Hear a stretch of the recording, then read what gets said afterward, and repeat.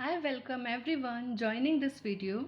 Today we are going to start the short story A Horse and Two Goats from Treasure Trove.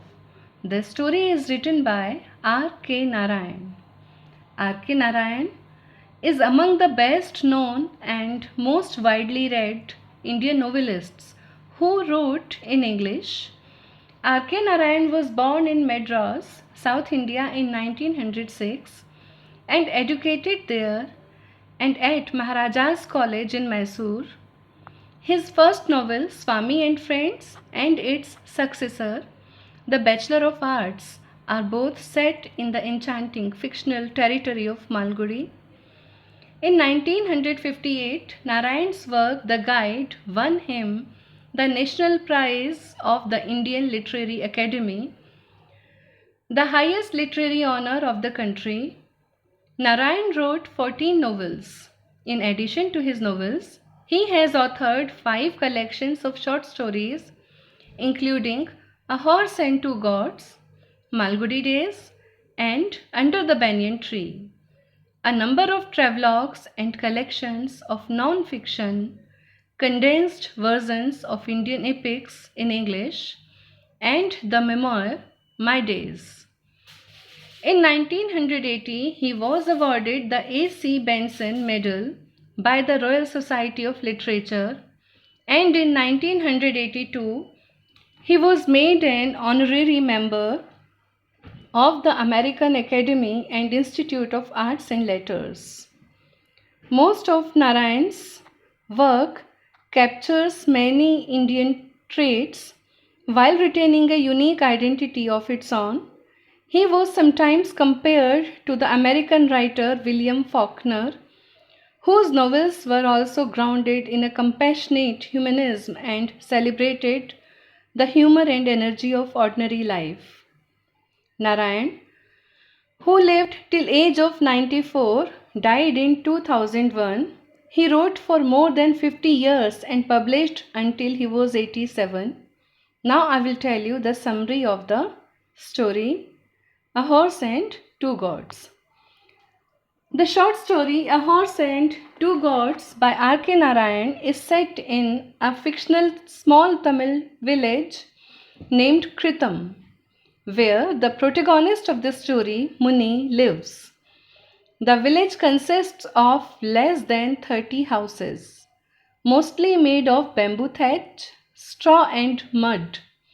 Only one house, called the Big House, the house of the village chief, is made of brick and cement.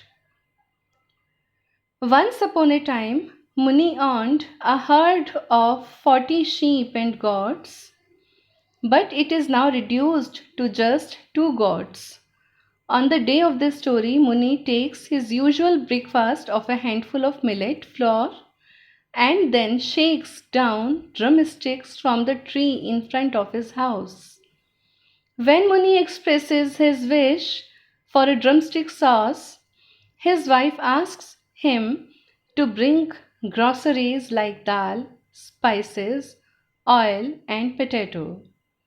He goes to the village shop and makes all efforts to get these things in credit, but fails. He comes back home to be humiliated further by his wife and takes the 2 goats and goes to a place in the outskirts of the village beside the highway to graze his goats. Muni sits under the clay horse statue where he usually sits to protect himself from the sun and watches the trucks. That day, he sees a yellow station wagon approaching. The wagon comes and stops in front of the statue. A red-faced American, dressed in khaki, gets out of the wagon and asks in English about the nearest gas station. As the American notices the horse statue, he gets fascinated by it and starts a discussion with Muni. He offers Muni cigarettes and carries on with the funny conversation where the two of them do not understand each other. Muni speaking in Tamil and the American in English.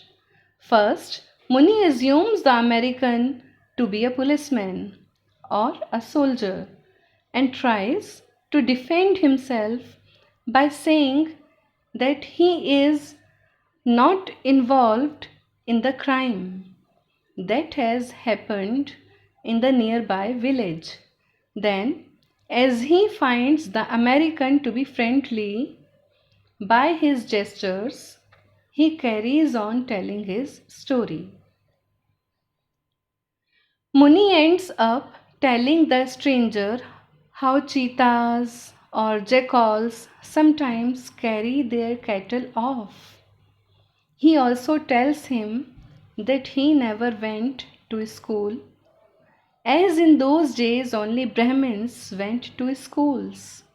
He narrates how the temple priest can see in the camphor flame the face of the thief, and how at the end of the Kali Yuga the world will be destroyed and the clay horse will come to life and trample down all bad men.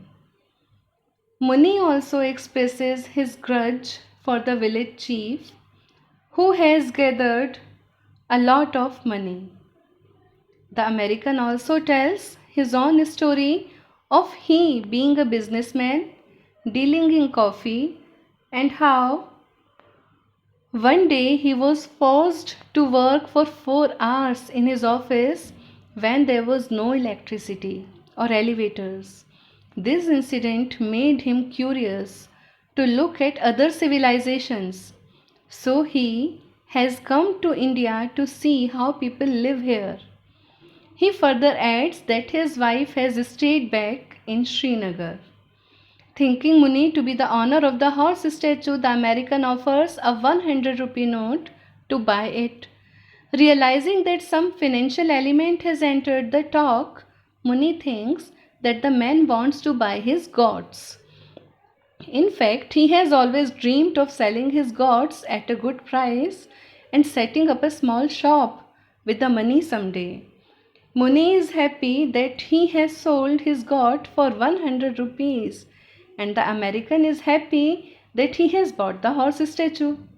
Muni comes back home to show the money to his wife. She does not believe that he has sold the gods for such a hefty price. She accuses Muni of theft. Her belief of Muni stealing the money gets even stronger when the two gods return home just afterwards.